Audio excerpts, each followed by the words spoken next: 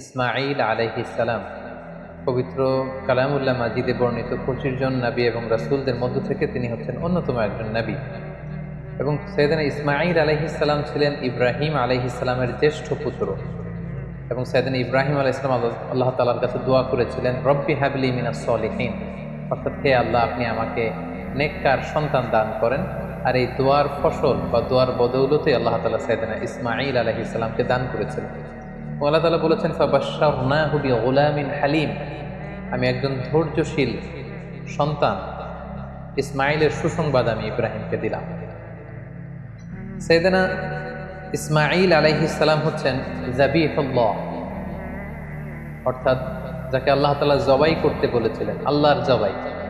এজন্য আল্লাহর রাসূল সাল্লাল্লাহু আলাইহি সাল্লাম তিনি বলতেন যে আনা ইবনু যাবিহাতাইন, আমি হচ্ছি দুই যাবিহের সন্তান।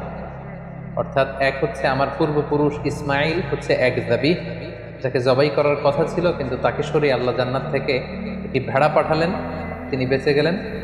আবার আমার পিতা আব্দুল্লাহ, তাকেও আমার দাদা আব্দুল মুত্তালিব জবাই করে দেওয়ার কথা ছিল আল্লাহ সন্তুষ্টির জন্য, কিন্তু সেখানে তার বদৌলতে 100টি উট দিয়ে আল্লাহ তাআলা আমার পিতা আব্দুল্লাহকে বাঁচিয়ে দিলেন। তাহলে এক যাবিহ হচ্ছে আমার অনেক অনেক পূর্বপুরুষ ইসমাঈল, আর এক যাবিহ হচ্ছে আমার পিতা আব্দুল্লাহ।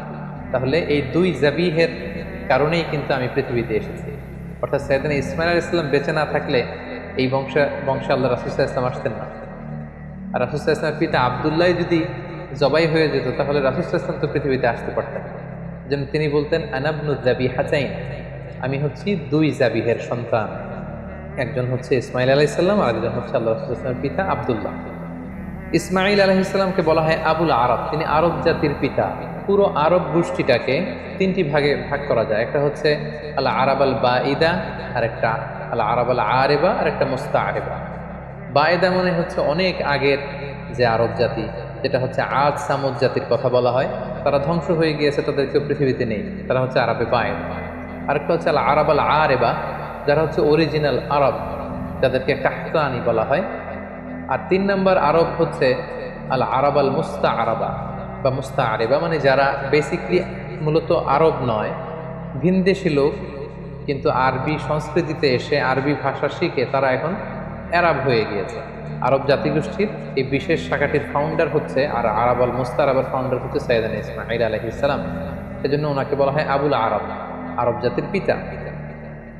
এবং রাসূলুল্লাহ সাল্লাল্লাহু আলাইহি সাল্লাম তিনি কিন্তু ইসমাঈল আলাইহিস সালামের বংশে আগমন করেছেন, তাই তিনি হচ্ছেন বানি ইসমাঈল। আর ইয়াকুব আলাইহিস সালামের পরবর্তী বাকি সব নবী হচ্ছে বানি ইসরাঈল। সাইয়েদনা ইসমাঈল আলাইহিস সালাম এমন একজন নবী যার বদৌলতে আমরা জমজমের কুয়ার পানি পেয়েছি, যে কুয়ার ব্যাপারে রাসূল সাল্লাল্লাহু আলাইহি ওয়াসাল্লাম বলেছেন, ইন্নাহা তুআমু তুমিন ওয়া শিফাউ সুকমিন। জমজমের পানি এটা যেমনি মানুষের ক্ষুধা নিবারণ করে, আবার এটা মানুষের রোগ বালাই থেকে শিফা দান করে। পাশাপাশি কুরবানির যে বিধান, অর্থাৎ জিলহজের 10 তারিখে আমরা যে কুরবানি করি ঈদুল আজহার দিন, এই কুরবানির বিধানটাও কিন্তু সাইয়েদনা ইসমাঈল আলাইহিস সালামের কারণে আমরা পেয়েছি, আমরা শুনবো সামনে। পাশাপাশি কাবা নির্মাণের সাথেও কিন্তু সাইয়েদনা ইসমাঈল আলাইহিস সালাম ওতপ্রোতভাবে জড়িত, কারণ ইব্রাহিম আলাইহিস সালাম প্রধান রাজমিস্ত্রির ভূমিকায় অবতীর্ণ হয়েছিলেন, আর ওনার সাথে সাপোর্ট দেওয়ার জন্য, সহযোগিতার জন্য সাইয়েদনা ইসমাঈল আলাইহিস সালাম পাথর বয়ে বয়ে পাথর টেনে পিতার হাতে দিতেন। সাইয়েদনা ইসমাঈল আলাইহিস সালামের জন্ম হয়েছিল ফিলিস্তিনে, কিন্তু সেখানে তিনি থাকতে পারেননি। আল্লাহ তাআলার আদেশে ওনার পিতা ইব্রাহিম আলাইহিস সালাম হাজারকে এবং ইসমাঈলকে মক্কার মরুজমিনে রেখে দিয়ে যায়। সারা চাচ্ছিল যে হাজার এবং ইসমাঈল যাতে ফিলিস্তিনে না থাকে। পাশাপাশি আল্লাহ তাআলাও আদেশ করলেন যে প্রিয় কলিজার টুকরা সন্তানকে মক্কার মরুজমিনে তুমি রেখে দিয়ে আসো। ইব্রাহিম আলাইহিস সালাম তাই করলেন, কলিজার টুকরা সন্তান ইসমাঈল আলাইহিস সালামকে এবং তার মা হাজেরাকে মরুভূমিতে রেখে দিয়ে চলে গেলেন। একা ধুধু প্রান্তরে, হাজেরার কাছে কিছু নেই, সামান্য কিছু খেজুর আর 1 মশক পানি। 1-2 দিন যাওয়ার পরে এই খেজুরও শেষ, পানিও শেষ, কোনো খাবার যেহেতু নেই, হাজেরার স্তনে দুধও নেই, দুধের বাচ্চা ইসমাঈলকে খাওয়ানোর মতো কিছু নেই।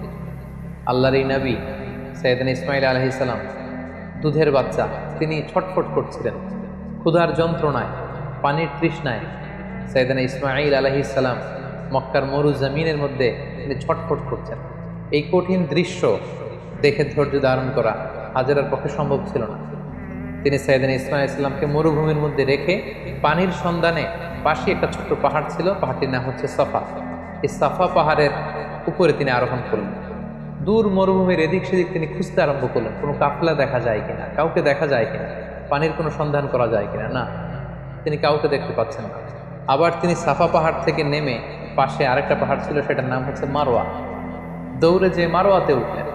এবার আবার মরুভূমির দিকে তিনি তাকালেন যে কোনো কাফেলা দেখা যায় কিনা, কোনো জনমানুষ দেখা যায় কিনা, পানির কোনো সন্ধান মেলে কিনা, কিন্তু না, তিনি কাউকে দেখতে পেলেন। আবার তিনি মারোয়া থেকে নেমে এসে সাফায় উঠলেন, আবার সাফা থেকে মারোয়া। এভাবে তিনি পানির সন্ধানের জন্য সাফা থেকে মারোয়া পাহাড়ের মাঝখানে সেই তপ্ত মরুর বুকে 7 বার তিনি দৌড়াদৌড়ি করেছিলেন। বিবি হাজেরার এই 7 বার টার্ন করাটা, এই দৌড়াদৌড়ি করাটা আল্লাহ তাআলার কাছে এত পছন্দনীয় হয়েছে, হজের সময় প্রত্যেক হাজী সাহেবের এই 2 পাহাড়ের মাঝখানে আস-সা'য়ু বাইনা সাফা ওয়াল মারওয়া, সাফা মারওয়ার মাঝখানে দৌড়াদৌড়ি করাটাকে আল্লাহ তাআলা হাজীদের জন্য ওয়াজিব করে দিয়েছেন। হঠাৎ আল্লাহ তখন ফেরেশতা পাঠালেন। ফেরেশতা বলল, হাজার তুমি যাও, তোমার দুধের ছেলে ইসমাইলের কাছে যাও, তার পাশেই তুমি জমজমের কুয়া দেখতে পাবে। তিনি গেলেন, যে দেখলেন ঠিকই মরুর জমিন পুড়ে সেখান থেকে কলকল করে ভিতর থেকে পানি বের হচ্ছে। তিনি দেখে তো তিনি অবাক হলেন, তিনি আল্লাহর শুকরিয়া আদায় করলেন। এটাই হচ্ছে সেই জমজমের কুয়া। এবং সেখান থেকে তিনি পানি পান করলেন, মশকের ভেতরে পানি ভরে রাখলেন, দুধের শিশু ইসমাইলকে পানি পান করালেন। তিনি দেখতে পেলেন পানি শুধু বেরোচ্ছে আর বেরোচ্ছে, পানি যেন চলে না যায় চারদিকে। তিনি বালু দিয়ে বাঁধ দিতে লাগলেন। আমরা যেমনি পানি ঠেকানোর জন্য বেরি বাঁধ দেই, তেমনি হাজার তিনি বালু দিয়ে বাঁধ দিতে লাগলেন। হাজার কিন্তু আরবি ভাষা জানতো না, তিনি জানতেন ইব্রানি ভাষা, এবং ইসমাইল আলাইহিস সালামও তো ছোট বাচ্চা। সো হাজার ইব্রানি ভাষায়, তার নিজের ভাষায় বালি দিয়ে পানিটাকে আটকে রাখার চেষ্টা করছিলেন, আর ইব্রানি ভাষায় বলছিলেন ঝাম ঝাম, মানে স্টপ স্টপ, থাম, পানি চলে যাস নে। তিনি পানি আটকানোর জন্য বাদ দিয়ে নিজের ভাষায়, ইব্রানি ভাষায় তিনি বলছিলেন ঝাম ঝাম, মানে থাম থাম। তো ওনার মুখনিসৃত এই ঝাম ঝাম শব্দ দুইটা আল্লাহ তাআলার এত ভালো লেগেছে, কিয়ামত পর্যন্ত এই পানির কুয়ার পানির নাম আল্লাহ তাআলা এটাকে জামজামের কুয়ার পানি হিসেবে নাম করে দিলেন। সুবহানাল্লাহ। ইন দ্য মিন টাইম ইয়ামান থেকে একটি ব্যবসায়ী কাফেলা পাশ দিয়ে যাচ্ছিল। কাফেলাটির নাম হচ্ছে জুরহুম। জুরহুম গ্রুপের একটি কাফেলা, জুরহুম কওমের। তারা হঠাৎ করে মক্কার আকাশে পাখি দেখতে পেল। এর আগে কখনো মক্কার আকাশে তারা পাখি দেখেনি। আর আরব এলাকায় কোনো এলাকার উপর দিয়ে পাখি উড়াউড়ি করা মানে সেখানে পানির অস্তিত্ব রয়েছে। কাফেলার প্রধান বলল, এখানে পাখি আসলো কোত্থেকে? মক্কার এই লোকেশনে তো কখনো আমরা এত বছর ধরে এখানে কাফেলা নিয়ে আসা যাওয়া করি, আমরা তো পাখি দেখিনি, নিশ্চয়ই এখানে পানির কোনো ব্যবস্থা হয়েছে। তারা যেয়ে দেখলো যে একজন নারী, সাথে দুগ্ধপোষ্য ছোট্ট বাচ্চা, আর পাশে একটা কুয়ার মতো, ভেতর থেকে শুধু পানি বেরোচ্ছে। তারা হাজেরার কাছে পানির অনুমতি চাইল। হাজেরা পানির অনুমতি দিলেন। তারা পানি খেয়ে তৃপ্ত হলো। তারা বলল যে আপনি যদি অনুমতি দেন তাহলে আমরা এই পানির আশেপাশে বসতি করতে চাই এবং আমাদের এলাকাবাসীদের সবাইকে এনে এখানে রাখতে চাই। বিবি হাজেরা বললেন, হ্যাঁ অবশ্যই, তোমরা আসতে পারো, পানি খেতে পারো, এখানে বসতি স্থাপন করতে পারো, তবে মনে রেখো এই জমজমের মালিকানা তোমাদের থাকবে না, ওনারশিপ থাকবে আমার কাছে। সুবহানাল্লাহ বিহামদি। সাইয়েদনা ইব্রাহিম আলাইহিস সালামের দোয়ার ফসলে এখানে জনমানুষের আগমন ঘটতে আরম্ভ করলো। জমজমের পানির কথা চারদিকে ছড়িয়ে পড়তে লাগলো এবং ছোট্ট দুধের বাচ্চা ইসমাঈল আলাইহিস সালাম বড় হতে লাগলেন। এবং সাইয়েদনা ইসমাঈল আলাইহিস সালাম এই জুরহুম গোত্রের লোকদের কাছেই তিনি আরবি ভাষা শিখলেন। তাদের ছেলে মেয়েদের সাথে তিনি বড় হতে লাগলেন। অরিজিনালি তারা ছিলেন ইব্রানি ভাষার লোক, কিন্তু এখানে তিনি আরবি ভাষা শিখে ফেললেন। সাইয়েদনা ইসমাঈল আলাইহিস সালাম এই জুরহুম কওমের লোকদের কাছেই বড় হতে লাগলেন। সেখানকার ছেলে মেয়েদের সাথে তিনি কথা বলতে বলতে আরবি ভাষা শিখে ফেললেন। উনি ছিলেন ইব্রানি ভাষার মানুষ, কিন্তু তাদের কাছ থেকে তিনি আরবি ভাষা একেবারে পরিপক্ক হলেন। তার বয়স যখন 13 বছর, ঠিক তখন আল্লাহ তাআলা তার পিতা সাইয়েদনা ইব্রাহিম আলাইহিস সালামকে স্বপ্নে দেখালেন যে ইব্রাহিম, তুমি তোমার সবচাইতে পছন্দনীয় বস্তুটি আল্লাহর রাস্তায় কুরবানি করো। একাধিকবার তিনি স্বপ্নটি দেখলেন এবং ইব্রাহিম আলাইহিস সালাম বুঝতে পারলেন যে আমার সবচাইতে পছন্দনীয় হচ্ছে আমার ছেলে ইসমাঈল, যাকে আমি আল্লাহর আদেশে সেই মক্কার মরুভূমিতে রেখে এসেছি। আজ 13টি বছর আমি ফিলিস্তিনে আমার ছেলেকে অনেক মিস করছি। না জানি আমার ইসমাইল দেখতে কতটুকু হয়েছে, না জানি আমার ইসমাইল কত বড় হয়েছে, দেখতে কত সুন্দর হয়েছে। ইব্রাহিম আলাইহিস সালামের হৃদয়ে ছেলে ইসমাইলের মায়া ভালোবাসা যখন প্রবলভাবে জন্মালো, ঠিক ওই মুহূর্তে তিনি স্বপ্নে দেখলেন যে আল্লাহ তাআলা ইসমাঈল আলাইহিস সালামকে কুরবানি করে দেওয়ার জন্য, জবাই করে দেওয়ার জন্য আদেশ করছেন। তিনি আল্লাহ তাআলার আদেশে ফিলিস্তিন থেকে মক্কায় চলে আসলেন। এসে 13 বছর পর নিজের কলিজার টুকরা সন্তান ইসমাইলকে দেখলেন, কিন্তু এই ছেলেকেও তিনি বেশি দিন ধরে রাখতে পারবেন না, কারণ আল্লাহ তাআলার আদেশে তাকে জবাই করতে হবে। তিনি ছেলের সাথে কনসাল্ট করলেন। বাবা ছেলের কনভারসেশনটা কেমন ছিল আল্লাহ তাআলা সূরাতুস সাফফাতে খুব চমৎকারভাবে বলছেন, ফালাম্মা বালাগা মাআহু সাইয়া ক্বালা ইয়া বুনাইয়া ইন্নী আরা ফিল মানামি আন্নী আযবাহুক। ইসমাইল যখন একটু হাঁটতে পারে, দৌড়াতে পারে, ছোটাছুটি করতে পারে, এই বয়সে যখন পৌঁছলো, ইব্রাহিম আলাইহিস সালাম এসে বললেন, হে আমার কলিজার টুকরা সন্তান, আমি স্বপ্নে দেখেছি যে আমি তোমাকে জবাই করছি। ফানজুর মাযা তারা, what do you think about it, what's your opinion about the matter, তোমার মতামত কি, আমি তোমার মতামত জানতে চাই। ছোট্ট ছেলে ইসমাইল আলাইহিস সালাম বললেন, ক্বালা ইয়া আবাতি ফাআল মা তু'মার, হে আমার বাবা, আপনি যেমনটি আদিষ্ট হয়েছেন ঠিক তেমনটি করুন। সাতাজিদুনি ইনশাআল্লাহু মিনাস সাবিরিন, ইনশাআল্লাহ অচিরেই আপনি আমাকে ধৈর্যশীল পাবেন। আপনি মনে করবেন না যে আমি ঘাবড়ে গিয়েছি, আমি ভয় পেয়েছি, আমি দৌড়ে ছুটে পালাবো না। আপনি যেমনটি দেখেছেন তেমনটি করুন, কারণ আপনি আল্লাহর নবী এবং আল্লাহ তাআলা আপনাকে আদেশ করেছেন, এটা আপনার উপর আল্লাহর ওয়াহী। সো আপনি আমাকে ধৈর্যশীল পাবেন। বাবা ছেলে তখন মক্কা থেকে, মক্কার পাশেই মিনা অবস্থিত, মিনা প্রান্তরে রওনা হলেন আল্লাহ তাআলার আদেশে ছেলেকে কুরবানি করবার জন্য। কি মর্মান্তিক, কি হৃদয় বিদারক সে দৃশ্য। এবং সাইয়েদনা ইসমাইল আলাইহিস সালাম বললেন, বাবা, আমার চেহারার দিকে তাকিয়ে আপনি ছুরি চালাতে আপনার বড্ড মায়া লেগে যাবে, কষ্ট লেগে যাবে, আপনি আমাকে উল্টো করে শুইয়ে দিন, অর্থাৎ আমার চেহারাটা থাকবে মাটির দিকে, আপনি পেছন দিক থেকে আমাকে জবাই করুন। আল্লাহ তাআলা বলছেন, ফালাম্মা আসলামা ওয়া তাল্লাহু লিল জাবিন, দুইজনেই যখন সারেন্ডার করলো, মানে তাদের হৃদয়ে তখন আল্লাহর ভালোবাসা, আল্লাহর আনুগত্যের এই ব্যাপারটা ছাড়া আর কোনো কিছুই নেই। সাইয়েদনা ইব্রাহিম ছেলেকে হৃদয় থেকে সরিয়ে সেখানে আল্লাহর আদেশকে, আল্লাহর ভালোবাসাকে স্থান দিয়েছে। ছোট্ট ছেলে ইসমাইলও আল্লাহর ভয়ে রাজি হয়ে গিয়েছে। সাইয়েদনা ইব্রাহিম আলাইহিস সালাম তখন ইসমাইল আলাইহিস সালামের গলার মধ্যে ছুরি চালাবেন। আসলে এতটুকু পর্যন্ত অগ্রসর হওয়াটাই আল্লাহ তাআলা চেয়েছিলেন। আল্লাহ তাআলা চাননি যে পিতা ইব্রাহিমের কাছ থেকে শিশু ইসমাইলকে ছিনিয়ে নিতে। আল্লাহ তাআলা চেয়েছেন যে ইসমাইলের স্থান ইব্রাহিমের হৃদয়ে বড় নাকি আমি আল্লাহর স্থান বড়। তিনি যখন ছুরি চালাবেন, পেছন থেকে ডাক আসলো, ওয়ানাদাইনাহু আইয়া ইব্রাহিম, হে ইব্রাহিম স্টপ, আর সামনে আগ বাড়ানো যাবে না, এখানেই থামো। কদ সাদ্দাকতা রুইয়া, তুমি তোমার স্বপ্নকে বাস্তবায়ন করেছো, তুমি তোমার স্বপ্নকে বাস্তবায়ন করে দেখিয়ে দিয়েছো। ইন্না কাযালিকা নাজজিল মুহসিনিন, এভাবেই আমি যারা সৎকর্ম পরায়ণশীল তাদেরকে প্রতিদান দিয়ে থাকি। ইন্না হাযা লাহুয়াল বালাউল মুবিন, নিশ্চয়ই এটা অনেক বড় পরীক্ষা, এই বড় পরীক্ষাতেও তুমি বাপ্পাটা তোমরা উত্তীর্ণ হয়েছো। ফাদাইনাহু বিযিবহিন আযীম, আল্লাহ তাআলা বলছেন, জান্নাত থেকে একটা বকরি এনে, একটা ভেড়া এনে আমি ইসমাইলকে সরিয়ে দিলাম, ইসমাইলের জায়গায় ওই বকরি কুরবানি হয়ে গেল। আল্লাহু আকবার। সাইয়েদনা ইসমাইল আলাইহিস সালাম বেঁচে গেলেন। ওই যে মিনা প্রান্তরে সাইয়েদনা ইব্রাহিম আলাইহিস সালাম ছেলের বদলে বকরি জবাই করলেন, এই দৃশ্যটাও আল্লাহ তাআলার এত ভালো লেগেছে, কিয়ামত পর্যন্ত 10 জিলহজে গোটা বিশ্বের সব সামর্থ্যবান বিশ্বাসীদের জন্য এরকম জবেহ করা, স্যাক্রিফাইস করা, অ্যানিমালসকে স্লটার করা আল্লাহ তাআলা ওয়াজিব করে দিয়েছে।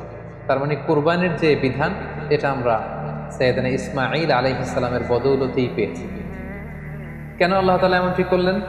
আল্লাহ তাআলা চাইলেন যে আমি দেখতে চাই ইব্রাহিমের হৃদয়ে কে বড়, কলিজার টুকরার সন্তান ইসমাইল বড় নাকি আমি আল্লাহ তাআলা বড়।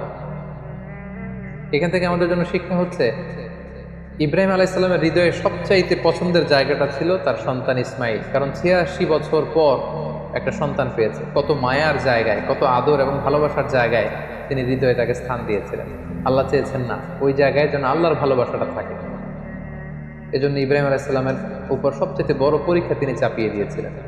সম্মানিত ভাই এবং বোনেরা, আমাদের হৃদয়েও একটা ইসমাইল আছে। আমাদের কারো হৃদয়ের ইসমাইল হচ্ছে আমার টাকা, আমাদের কারো হৃদয়ের ইসমাইল হচ্ছে আমার ব্যাংক ব্যালেন্স, কারো হৃদয়ের ইসমাইল হচ্ছে আমার গাড়ি, আমাদের কারো হৃদয়ের ইসমাইল হচ্ছে আমার যশ খ্যাতি। আল্লাহ তাআলা দেখতে চান যে সব কিছুকে আমরা আল্লাহর ভালোবাসার বিনিময়ে স্যাক্রিফাইস করতে পারি কিনা, কুরবানি করতে পারি কিনা, আল্লাহর জন্য সব কিছুকে আমরা উজাড় করে দিতে পারি কিনা। এটাই হচ্ছে কুরবানির শিক্ষা। সাইয়েদনা ইসমাঈল আলাইহিস সালামকে নিয়ে যখন হাতে ছুরি নিয়ে বা হাতে ছেলেকে নিয়ে যখন বাপ বেটা মিনা প্রান্তরে রওনা হয়েছিল, এই দৃশ্য যেন, এই দৃশ্যায়ন যেন না ঘটে, এই সিনারি যাতে না ঘটে, তারা যেন আল্লাহ তাআলার ভালোবাসায় আরো এক ধাপ যাতে এগিয়ে যেতে না পারে, পেছন থেকে শয়তান অনেকবার টেম্পটেশন করেছিল। তাফসিরে এসেছে যে মোট 3টা জায়গায় টেম্পটেশন করা হচ্ছিল। ইবলিস বলছিল যে ইসমাইল তুমি যেও না, তোমার বাবা তোমার গলায় ছুরি চালিয়ে দেবে, ফিনকি দিয়ে রক্ত বেরোবে, তুমি সহ্য করতে পারবে না, তুমি ছুটে পালিয়ে যাও। সেদিন ইসমাঈল আলাইহিস সালাম তখন ঠিক সেই জায়গাতেই মাটি থেকে পাথর নিয়ে শয়তানের দিকে ছুড়ে মেরেছিল। কিছু দূর যাওয়ার পর আবার শয়তান এসে ধোঁকা দেয়। ইসমাঈল আলাইহিস সালাম, ইব্রাহিম আলাইহিস সালাম তারা পাথর ছুড়ে মেরেছে।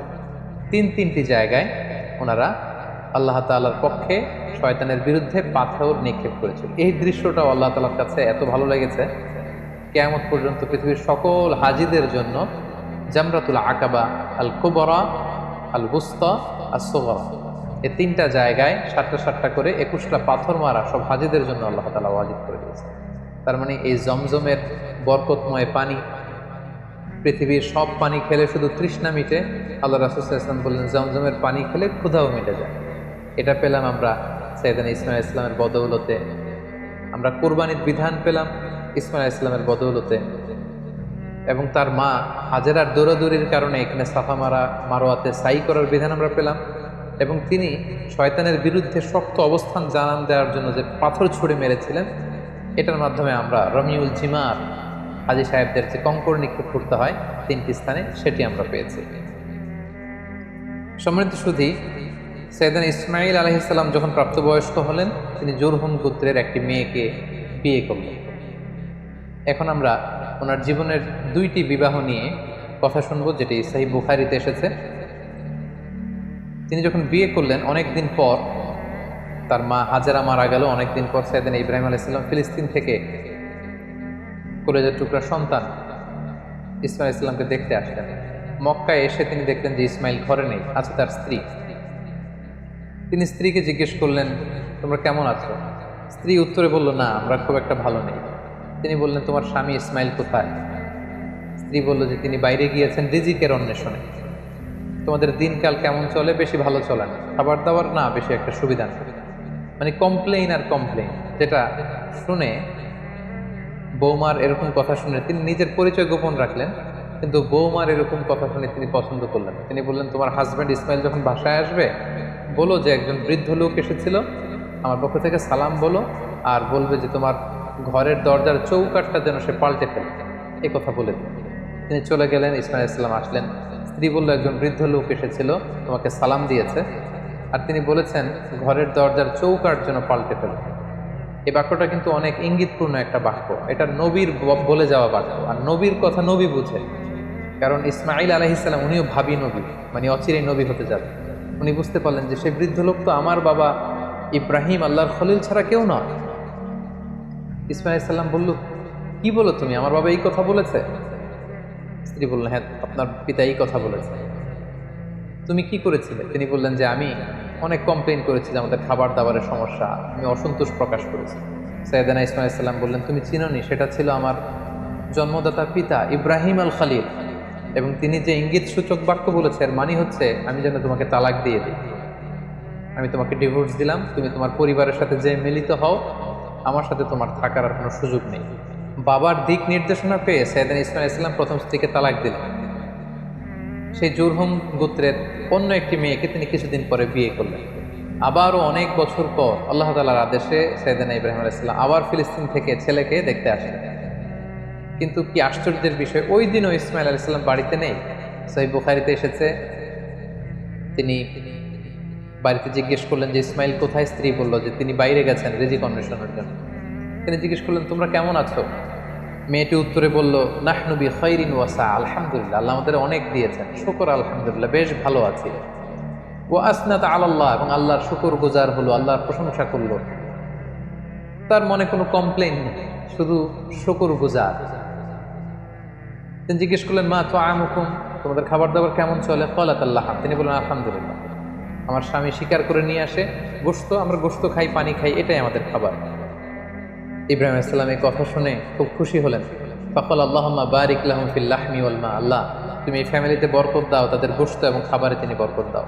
তিনি বললেন তোমার স্বামী যখন ফিরবে আমার সালাম বলো, আর বলবে ফকরাই আলাইহিস সালাম মুরি ইউসবিতু আতাবাতা বাবি, আর তোমার স্বামীকে বলো এখন ঘরের দরজার যে নতুন চৌকাঠ এটা যেন কখনো না পাল্টায়। ইসমাঈল ইসলাম ফিরে আসলেন, স্ত্রী বললেন এক বৃদ্ধ লোক এসে তোমায় সালাম বলেছে আর বলেছে ঘরের দরজার চৌকাঠ যেন কখনো না পাল্টায়। ইসমাঈল আলাইহিস সালামের কথা শুনে তিনি বেজায় খুশি হলেন। তিনি বললেন তাই, যিনি এসেছিলেন তুমি কি জানো এটা কে? তিনি আমার জন্মদাতা পিতা ইব্রাহিম আলাইহিস সালাম, আর তিনি তোমার ব্যাপারে আমার কাছে পজিটিভ সার্টিফাই করেছেন। তিনি বলেছেন তোমাকে যে আমি স্ত্রী হিসেবে রেখেছি মরার আগ পর্যন্ত যেন তোমাকেই জড়িয়ে রাখি, একসাথেই যেন আমরা জান্নাতে যাই, তোমার হাতটা যে আমি ধরেছি কখনো যেন তোমাকে ছেড়ে না দেই, চিরকাল আমাদের এই স্বামী স্ত্রীর দাম্পত্য জীবনের এই ভালোবাসার বন্ধন যেন অটুট থাকে। এই বর্ণনাটি খুব চমৎকারভাবে সহিহ বুখারীতে বর্ণিত হয়েছে।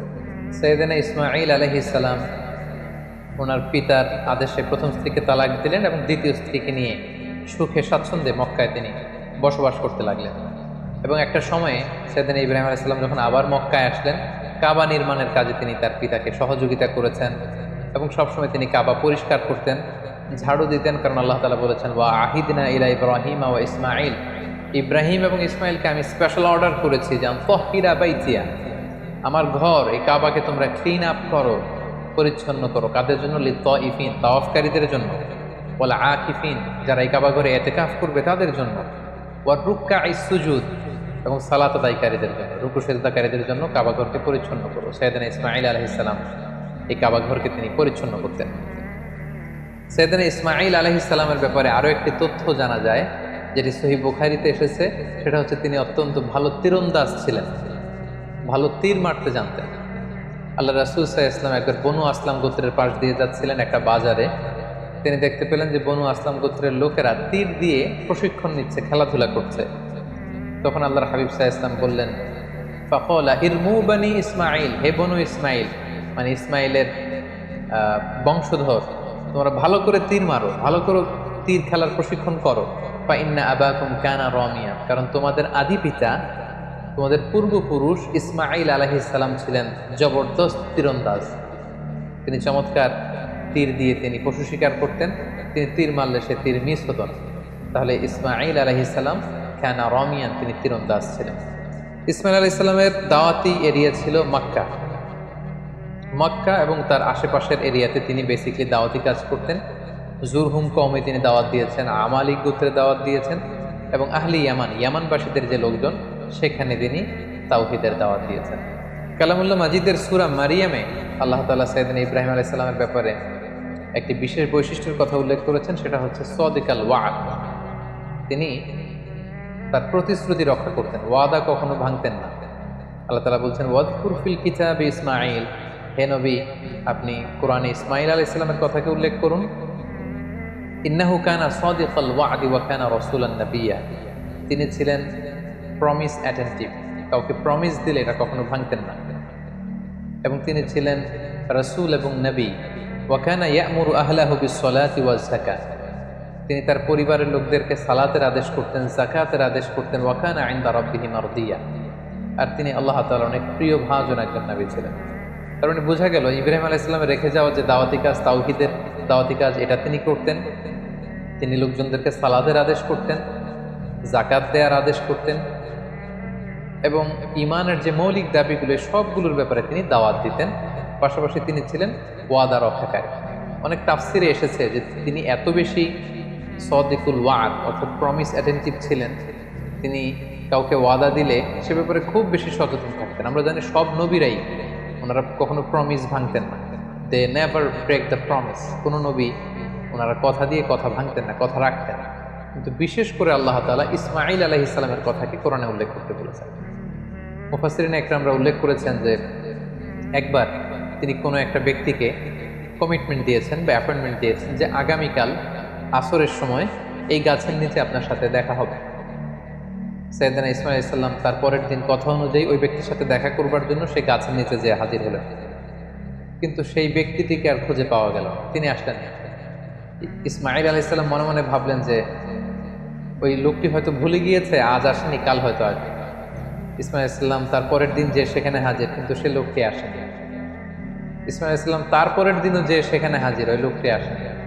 মুফাসসিরিন ইকরাম বলেছেন যে ইসমাঈল আলাইহিস সালাম ওই লোকটির অপেক্ষায় সে গাছের নিচে টানা 1 মাস অপেক্ষা করেছেন।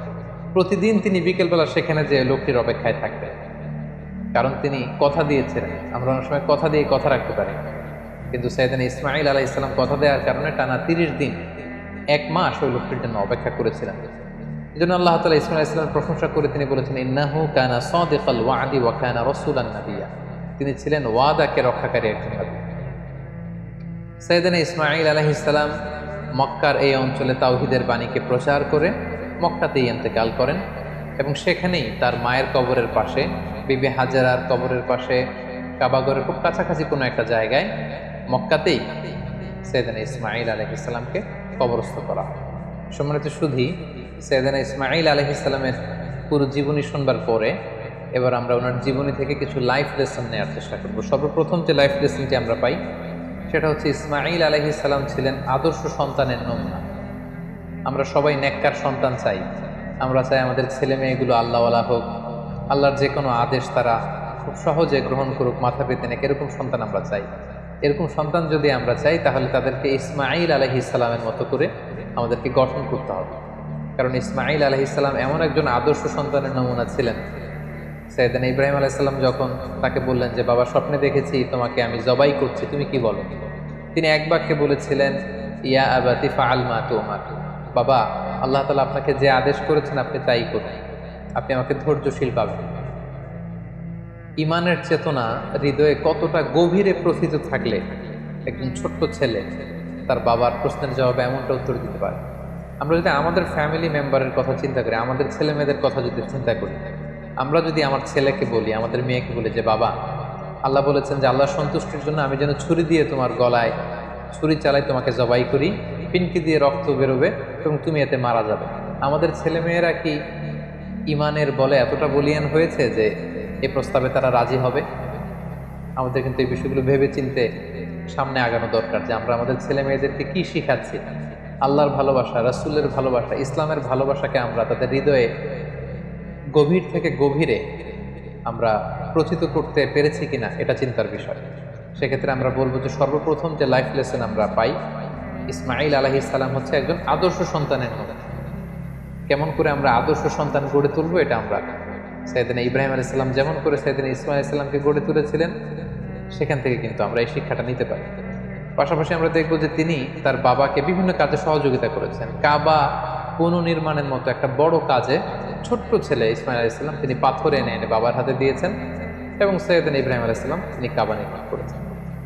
দ্বিতীয় যে শিক্ষাটি পাই সেটা হচ্ছে ইসমাঈল আলাইহিস সালাম তিনি ছিলেন অত্যন্ত পিতা ভক্ত একজন মানুষ। আমাদের সমাজে আমরা এমন হয়েছে যে আমরা বন্ধু বান্ধবকে খুব বেশি সময় দিই, বন্ধু বান্ধবকে খুব বেশি সাপোর্ট করি, কিন্তু বাবার সাথে আমাদের সেই সম্পর্কের জায়গাটা নেই। কিন্তু আমরা যদি ইসমাঈল আলাইহিস সালামের জীবনের দিকে তাকাই তাহলে দেখব যে সহিহ বুখারীতে যে ওনার 2টা সংসারের কথা আমরা শুনেছি। প্রথম সংসার থেকে তিনি কিন্তু ডিটাচ হয়েছিলেন কেবলমাত্র পিতার আদেশে।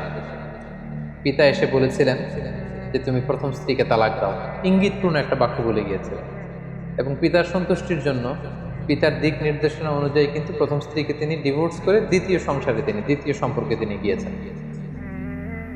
তো এখান থেকে আমরা বুঝতে পারি যে সাইয়েদনা ইসমাঈল আলাইহিস সালামের তার পিতার প্রতি কতটুকু আস্থা এবং ভালোবাসা ছিল। কারণ তিনি বুঝতে পেরেছেন যে আমার পিতা আমার খারাপ চাইবে না, এবং তিনি নবী, আমার পিতা হচ্ছে আল্লাহর খলিল। সো নিশ্চয়ই আমার স্ত্রীর আচরণে, কর্মকাণ্ডে এমন কিছু তিনি পেয়েছেন। তিনি অনেক ভিশনারি ছিলেন, অনেক ভেবেচিন্তে নিশ্চয়ই আমার বাবা এটা বলেছেন, এবং সাথে সাথে তিনি দেরি করেন। এটা শোনার পরে স্ত্রীকে বলেছেন, তুমি তোমার ফ্যামিলি মেম্বারদের কাছে চলে যাও, তোমার ফ্যামিলিতে যে তুমি থাকো, আমি তোমাকে সম্মানের সাথে বিদায় করে দিচ্ছি।